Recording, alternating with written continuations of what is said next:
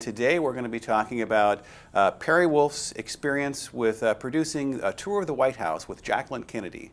So Perry, why don't you kind of tell me how you got involved in that project?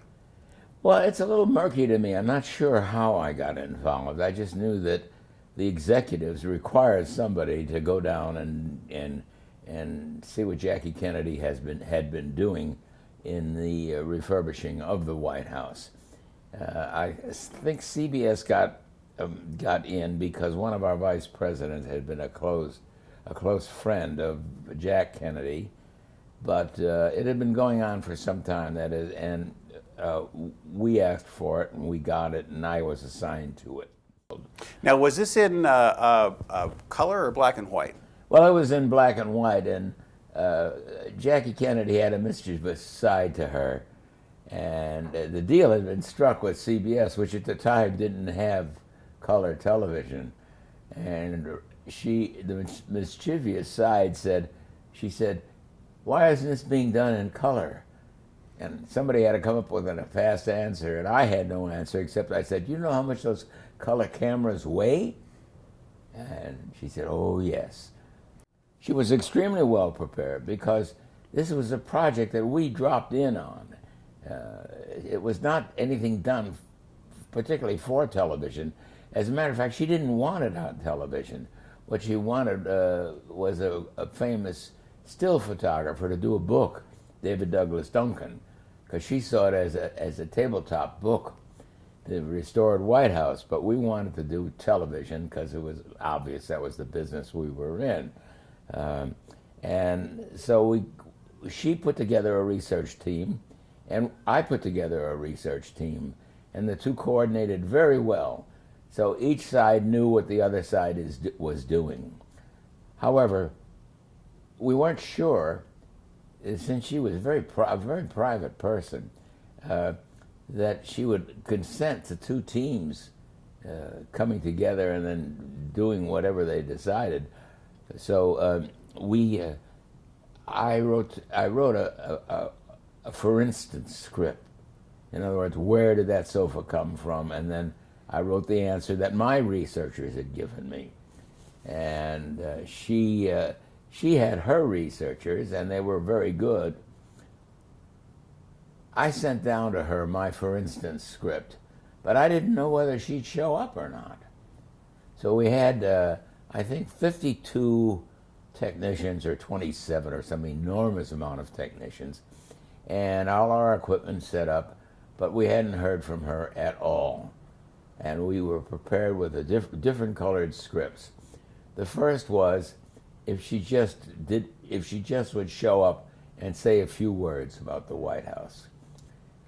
And then we would go around the White House and illustrate what she had said.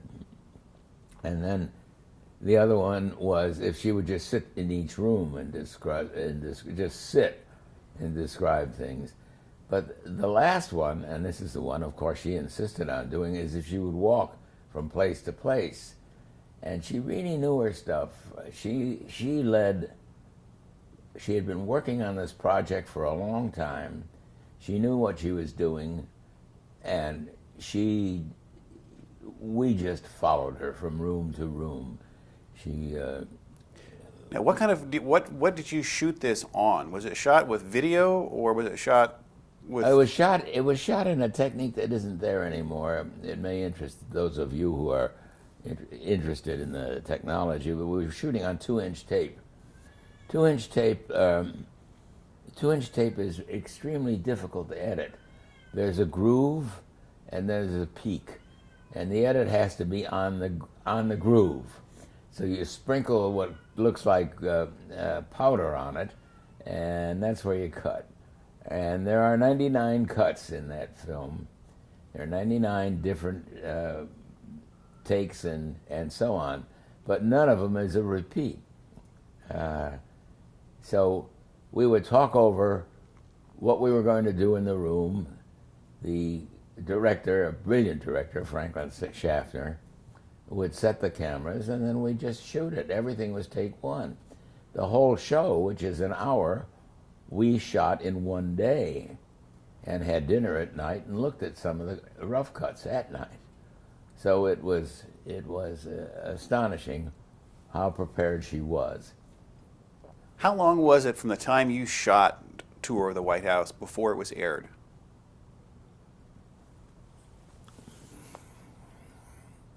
Was it a matter of weeks, months? No, just a few weeks. Okay. I remember it was aired on Valentine's Day, 1963. This is before he's assassinated, and we must have shot it just 2 months before. And were there any plans to do future episodes? no, none at all. Later on, after the assassination, of course, I was urged by the executives at CBS to see if she wanted to do anything else. And the only hint that I had was that she admired Thomas Jefferson very much. So I went over to France and followed Thomas Jefferson in France. But later, when I asked her once more if she wanted to do anything but more, she said, "No, Perry, that's the best I'm going to do." And she stayed with that. She was not terribly interested in television exposure. Perry, with Tour of the White House, what kind of budget did you have for that? There was no budget, really. We did it as public service. We wouldn't let anybody sponsor anything like that, so our costs were the costs of shipping the crew down to Washington, as well as picking up people. Some of the people that I had hired over a couple of months to do research, it was just what was obligatory. Well, the program, of course, was then picked up by the other two networks.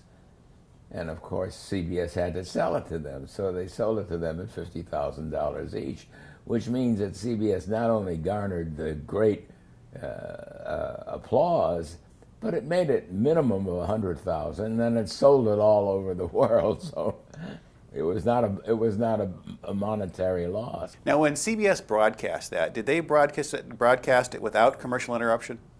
No commercials. Oh no, that was part of it. It was not only our intention and our desire, but it was part of our understanding with the White House that there would be no commercials. That was anathema. What about with ABC and NBC? The sale to them was taken for granted that there would be no commercials. It's like sponsoring a president's speech. That'd be vulgar, at least. And how did when you originally broadcast news, did you have commercial interruptions during the news? Certainly. But they were screened off. I mean, nothing in the editorial content of the program itself, and this is still true in broadcasting, had to do with commercials. Mm-hmm. But American broadcasting is supported by commercials, and as a card-carrying capitalist, I want to see that broadcasting has enough money to cover what it should cover, and that money comes from the commercials. It comes from the commercial enterprise that is good network broadcasting. There is public broadcasting, but that's another story. Coming back to Jacqueline Kennedy, when she saw Tour of the White House, how did she react? Well, I don't know, really. That night, after we had shot all day, and that night our guys were wonderful, our technicians were wonderful. The Kennedys invited some friends to dinner, and I sat behind him and her, and we looked at rushes. And the thing I saw, which is because I had been so buried in editorial content, was something very nice. The president sat next to his wife, the First Lady, and in the middle of the screening, she put her head on his shoulder. She put her head on his shoulder, and there was an exchange of affection that belied all the stories that many of the stories I had heard. Those two cared for each other, and I was delighted to see that. So no official comment back to you from the White House after the broadcast? Oh, well, they went up through the executives at CBS News and at CBS, and they commented to them. It was only later that Jackie Kennedy and I got together, and I saw how much that she liked it, and it was more the book I wrote that impressed her. Well, tell us a little bit about that book. Well, it was obvious that a book could be done, and CBS paid me a flat sum. I did not get royalties on it. And I wrote the book, and I had done a great deal, my staff and I had done a great deal of research, and the book was itself quite successful. But she accepted my book. She not only accepted it, although at first she was hesitant until she read it, but then it became an object that she distributed to visitors, including, I remember, the president of Venezuela or something like that. So she really did a lot. And of course, when I saw that the White House had ordered 300 copies, I knew that I had been accepted. Perry, there's a picture that was taken of you and Jacqueline Kennedy together. Can you explain a little bit about how that came to be? Yes, that was after the assassination, and she was responding that day to the million letters of condolence that she had received from all around the world because of Kennedy's death. And we're sitting in Hyannisport, in their compound. We sat there, and she asked me about a number of things that I knew about the history of the White House and the First Ladies and so on that she didn't know.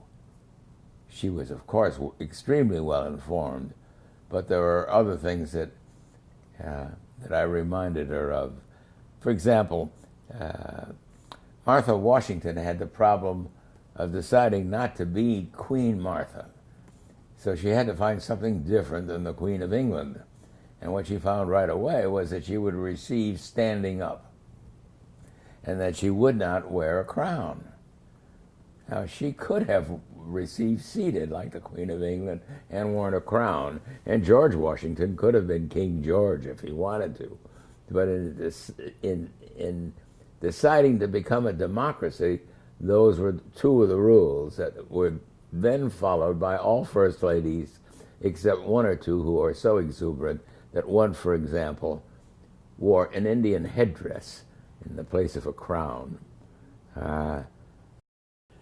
So I'm not exactly sure how you answer me, but I would very much require or ask you or beg you to comment on what I'm saying. I don't take criticism any better than you do, but I would certainly take addition, and you know how to get back at me. It is not an organizational enterprise in any way. We're not on television except that we are on YouTube. So